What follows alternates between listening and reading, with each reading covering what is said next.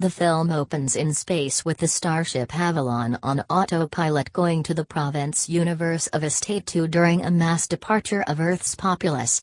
The team and the 5,000 travelers are all in hibernation cases for the 120-year venture.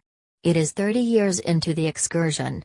The boat goes through a meteor tempest, and power is redirected to the forward safeguards. Then, at that point, the boat slams into a huge meteor and the power flickers. High alert screens come on in the control region, then rapidly return to typical. Something awful has occurred. Jim Preston, Chris Pratt, a mechanical designer, awakens in his unit with a lively PC voice letting him know that soon they will show up at Residence 2. He is informed that feeling befuddled and frail subsequent to being in hibernation is ordinary. The wristband on his arm is examined, and the PC drives him to his lodge where he dozes. The following day he awakens, attempts to choose what to wear while meeting individual travelers, then advances toward a cafeteria where he is the one to focus on. He goes to a direction meeting about existence as a pilgrim on Residence, yet he is the final straggler. The lively PC-created teacher can't comprehend his inquiry regarding the reason why no other person is there. Jim goes to the principal concourse and gets no assistance from the data booth. He finds an office where he can make an impression on the estate organization, that he is cautioned will be costly. He communicates something specific making sense of he is the only one conscious and needs assistance, then, at that point, figures out it will be 15 years before anybody on Earth accepts his message. He is all alone. Jim tracks down manuals for all the boat hardware. He concentrates on the manual on the hibernation cases yet can't figure out how to kick it off again once the individual has awakened. He can't get into the region where the group units are to attempt to wake anybody for help, and he can't get into the order region. His wristband doesn't give him the legitimate leeway. Jim tracks down the robot barkeep Arthur, Michael Sheen, who he can converse with, yet the robot is customized to administer barkeep counsel, as in the event that you could do without where you are, change things. Jim is a general class traveler with an essential lodge, and he breaks into a suite with more pleasant conveniences. A year passes as Jim utilizes the boat's diversion offices, yet without others, he turns out to be all the more frantically desolate. He goes to an area where travelers can get into a space suit and go outside while securely fastened to the boat. Jim ponders self-destruction by opening the sealed area without a spacesuit, however stops himself and runs into the case region.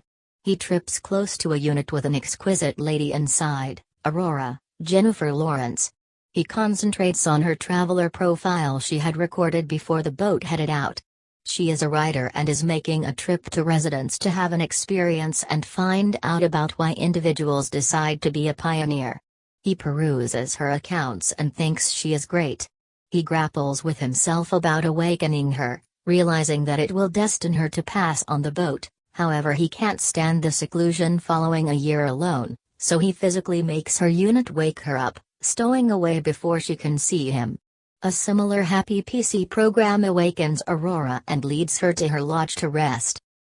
Aurora awakens the following day alone and meanders to the excellent concourse where she meets Jim.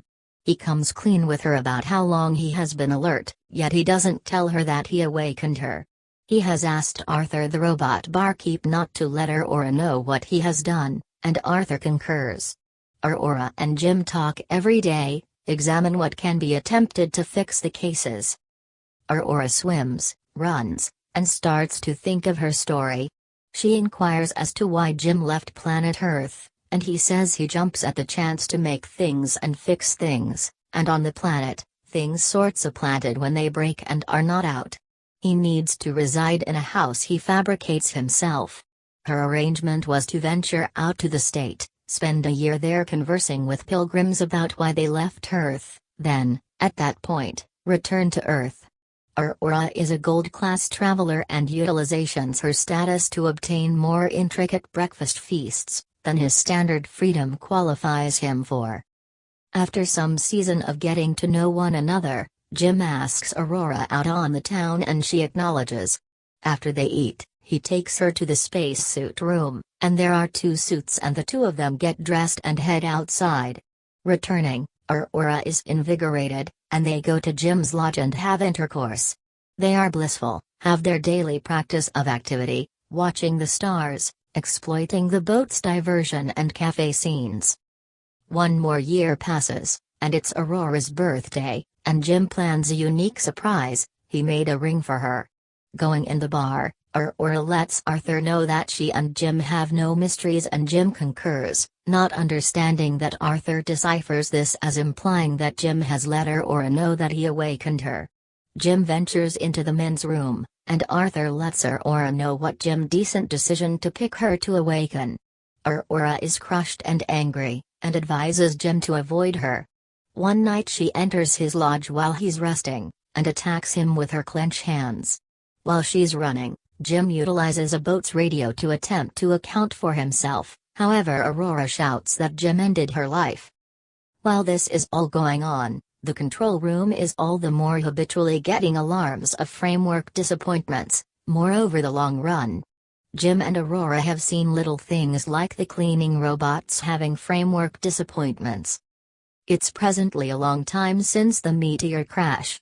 One day Gus, Lawrence Fishburne, awakens and shows up on the concourse. He is a deck team boss and has gotten up right on time. Hibernation cases have never fizzled, and he makes sense of that something major is off base. His wristband gets them into the war room, where they find that the boat's programmed diagnostics have fizzled and they need to physically look at each deck. While Gus runs tests before this should be possible, there is a significant gravity disappointment and Aurora nearly suffocates while in the pool. Gus finds that there have been flowing disappointments, and the PC can make a timetable that shows the principal disappointment was 2 years prior. Gus establishes that the initial not many disappointments made power redirections attempt and yet again balance the heap, yet the heap turned out to be excessively weighty, causing an ever-increasing number of disappointments. The entire boat is at risk for turning out to be dead in space, which will destine the whole group and travelers. The region previously impacted was in the primary motor region, yet they should do a manual examination to tell where. Right now, Gus breakdowns, and Jim and Aurora take him to the hospital and put him in the clinical auto-symptomatic scanner. There are different draught all through his body and demise is inevitable, in light of the breaking down hibernation case. He puts on his uniform and gets ready to pass on, and gives Jim and Aurora his wristband, so they can get to the region of the boat they need to go to fix things. In designing, Jim and Aurora find an opening made by a shooting star that goes through a few basic regions. At the point when they open one entryway, Aurora is nearly sucked out due to an opening through the body. She hinders it with a tablet Jim pushes to her, and Jim utilizes a fluid sealant to additional seal to the opening. The region compresses, and they then, at that point, gain proficiency with the combination motor. Exhaust must be physically vented. The manual supersede won't work. Jim needs to get into a spacesuit and go outside to fix it. He winds up going into the exhaust section to open a fold, however it won't remain open, except if Jim holds it open so the manual vent will work. Aurora, presently frantic not to lose Jim, contends with him over the radio, yet she pulls the switch. Jim is pushed out, his tie breaks, and there is an opening in his suit. He tells Aurora farewell. She races to get into a spacesuit herself and goes to search for him. She recovers Jim by snatching his tie, however when they get inside, he is lethargic. She hauls him to the hospital, and the auto doc says Jim is dead. Aurora utilizes Gus' wristband and his abrogate code to get the machine to revive Jim, and it works. He is alive, and she is feeling better and thrilled. Afterward, things are back to typical on the boat. Jim chips away at the auto dock and tells Aurora he found that utilizing the order supersede he could return her to hibernation in the clinic, however he would be separated from everyone else once more. Aurora decides to remain conscious with Jim and make an existence with him on the boat, together. After 88 years. It's the finish of the journey, and the commander and team conscious and come to the stupendous concourse to find there is a tremendous tree, loads of following plants and vegetation, birds flying, and a lodge that could have Jim and Aurora's grandkids in it. Aurora's voiceover is perusing her story to the travelers, making sense of how they made a decent life where they were.